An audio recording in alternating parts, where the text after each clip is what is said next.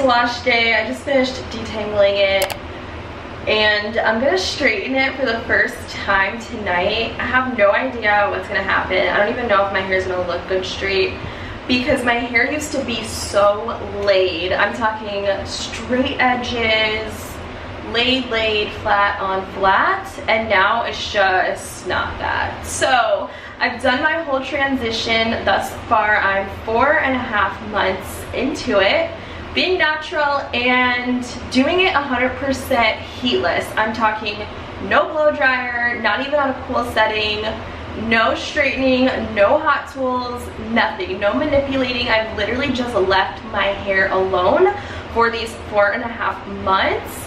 And thank God for quarantine, because nobody was gonna see me anyway, so I didn't really do much to my hair. It was just simple for me to style with my protective styling. So yeah, I think today is gonna be the day that I see what the heck is going on. Just by detangling, I can see a clear demarcation of my new growth versus the relaxed hair, because the relaxed hair is literally just like stringy bits, right? Especially in the nape of my neck.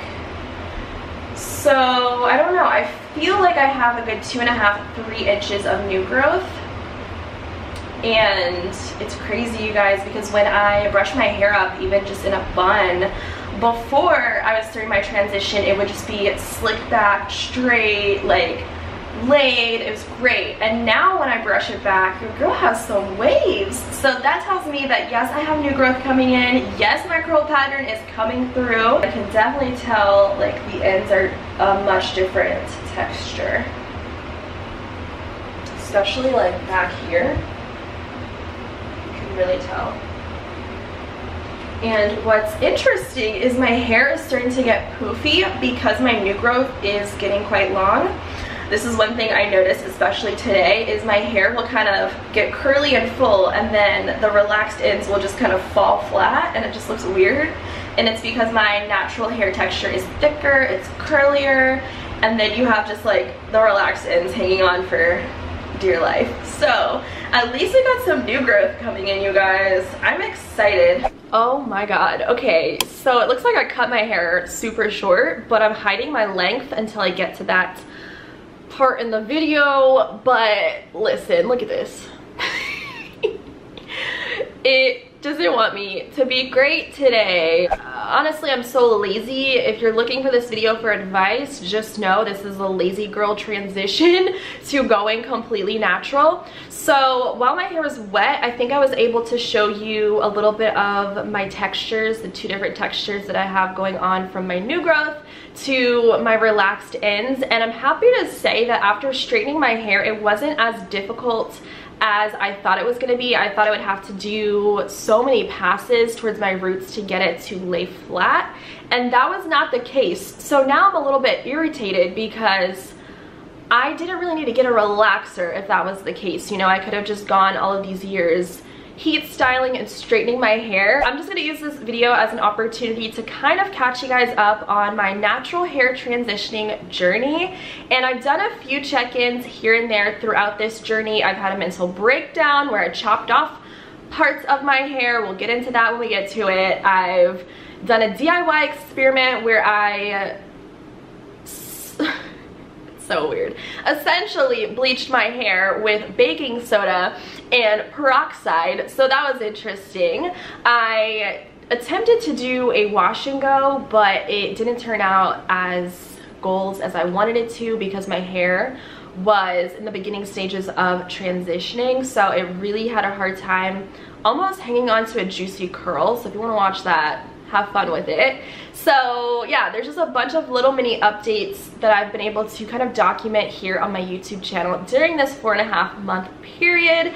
And I actually took some notes of the things that I've been doing during this time so I can kind of share them with you guys and just kind of talk about the things that I've noticed when you're transitioning, because this is something completely new to me and it is a very long journey. It's not something that you can, you know, do for 3 months or do for a season. No, like you have to commit to. Yeah, Leroy's like, you need to commit, man. It's not something that you can see overnight, you know, results with.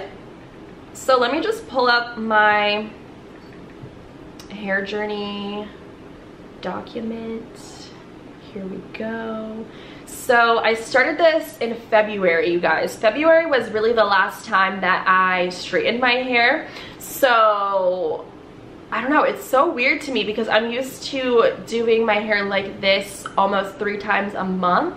So not having that ability to have a cute hairstyle that I can maintain for a week at a time was something that I had to get used to, because I had to find alternative styles to do that I felt comfortable. And to be honest, I haven't felt sexy at all with my hair, okay? Like I don't know, like I just haven't felt like a snack with my natural hair, because it's a mess. Like having 2 different textures is just not cute. It's not a good look. You know, I'm just praying and hoping that all of this will be worth it towards the end of my journey. I'm looking forward to getting to a 1-year mark and seeing where I am compared to where I am right now. It's definitely a roller coaster ride of our journey. So for me, I've tried to do protective styles, of course heatless ones, like my go-to bun. Everyone can sit there and say, why you got a bun in all the time? Listen, Linda, that's the only thing that helps hide the mess that's going on up here. So the bun is going to be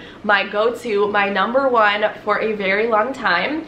I've done 2 buns to switch it up. I played around with wearing wigs here and there, and I love extensions. I love a good snatched ponytail and a wig and all of that. But during quarantine and all of that, like, why am I gonna throw a wig on? For what? For who? I'm not leaving the house, you know? So that wasn't something that I was really gravitating for. But if I really wanted to glow up, get a little glam, feel sexy, then yes, I would go for the extensions. And you know, I would take that out at night anyway, so it's not like it would last me a week at a time. So I kind of gave up on that and just started doing my wash and go styles. I wore it out for a little bit, tried to figure out how I could work with the textures that I had, and I found some good products along the way. So maybe I'll pop back in at another time and do an updated wash and go routine now that my hair has grown out quite a bit. So yeah, protective styling is definitely my #1 thing. So I started that back in February. So again, March came around, I continued to do no heat on my hair, basically leaving it alone, keeping it extremely moisturized. One thing that I've learned during this transitioning period is how thirsty my hair is and how much I was neglecting the leave-in conditioning process. So now I literally use 2 products straight away after I get out of the shower, and it's a leave-in conditioner mixed with some type of an oil. I personally like Moroccan oil and avocado oil. Those 2 are my best friends, and it keeps my hair extremely hydrated. So oils and leave-ins, mix them together, throw it in your hair, style it, and you're good to go. And that's just something that I've been a lot better with these days. And I also used to shampoo and condition my hair every time I would shower, until I realized, girl, shampoo is drying out your hair and it's not gonna help it grow any quicker. So I stopped shampooing my hair every time I would shower, and I only shampoo once a week, or if I happen to have a lot of hairspray or gel and oils and build up and all of that stuff, then I'll shampoo to clarify. But for the most part, I'm doing a co-wash, and I'm detangling in the shower with a wide tooth shower comb. So I'm learning a lot about my hair during this time, which is amazing. So yeah, March came, it's gone. April comes around. April was the time that I started to get into, okay, what the heck can I do to make my hair grow longer? Because I'm getting bored, I'm tired, like I just want this process to be here and gone. So I found rice water, and I started watching all of these rice water videos, before and afters, looking at photos, researching about it, and I learned so much. So I started to try it out just to see what the hype was all about. I did a whole entire video on it. If you guys want to check it out, I'll drop a link down below for you guys. But essentially it is just mixing rice with water, letting it ferment, and then applying it to your hair. And it's supposed to be like a magical protein treatment, and for me it is amazing because my hair needs protein. Like I was just saying earlier, it's so thirsty for moisture and hydration. So with that, it's just an amazing combination. So I've been using rice water, I would say weekly, not every single day, but I'll make a batch, use that batch up for about 5 days every day, and then I'll chill for maybe like 5 more days, and then I'll continue with that process. So in the video where I talked about rice water, I show you how to make it, how to apply it, and then the results that I got. I felt like the rice water instantly literally made my hair grow an inch, 2 inches. I mean, you could see in the video for yourself. That was what really got me excited about my journey. And so until this day, I still continue to use rice water. So yes, your girl is still out here rocking with the rice water. It is very interesting when you tell people that you use rice water in your hair. Some of my friends thought that I drank the rice water to get the results, but that is not the case here. You don't want to drink that stuff. It smells horrible. But I will do it for the growth, and I think my hair speaks for itself, and the fact that it has grown so much in just 4.5 months. 4.5 months. My hair has never grown this quick, you guys.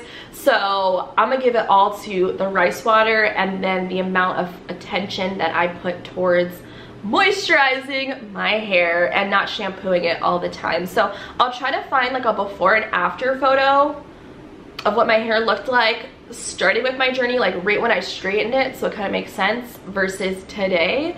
So let me show you. She needs a haircut, but she's growing. She's growing. I felt like my hair was at my tattoo length when I started this transition. Keep in mind, since we're transitioning, no more relaxer, no more hair crack. So I can't say that I'll never, ever, ever, ever relax my hair ever again, but as of right now, she's not mad. She's really not mad, you guys. So yes, May, which was last month, that's when I started to see a lot of hair growth come through. Now keep in mind, my hair is curly, so not having heat on my hair, it was kind of hard to really see what the growth was looking like, what my hair was really doing, until I would let my hair kind of air dry, no product. Then I could really see that my roots were getting really thick.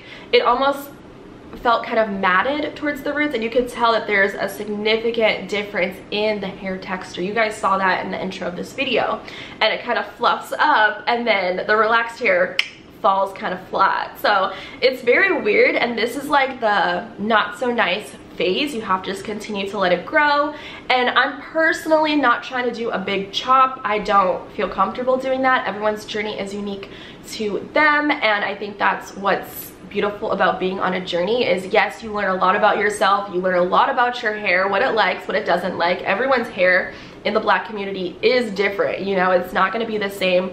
Products that I use aren't going to be the same for Sally next door. So it really is about learning your hair, what works for your hair, and learning to love your hair as it is on this journey. And that's what I'm learning to do. I've come to terms that my hair is what it is at this point, and it's only temporary until it grows out. And I've gotten a lot of support from my family, you guys watching these videos, my friends. Like, it's just really helpful to have people compliment you when you feel like you look your worst. You know, like what you look like when you're glowed up and your hair is laid, your edges are laid. My edges haven't been laid at all. It's just really nice to have genuine compliments on your hair in its natural state. I say natural in quotations because, you know, we're transitioning here, but you know what I mean, versus having relaxed hair and straight hair all the time, and people are now seeing you with your curly hair out, and it's big and it's fluffy and it's frizzy and it's just unique. So that has been beautiful, and my eyes are being opened to seeing myself a different way. And I'm still trying to get to that point where I feel sexy, you know, with a wash and go. I feel sexy with my hair straight. I'm not even gonna front. Like, it's fine to me.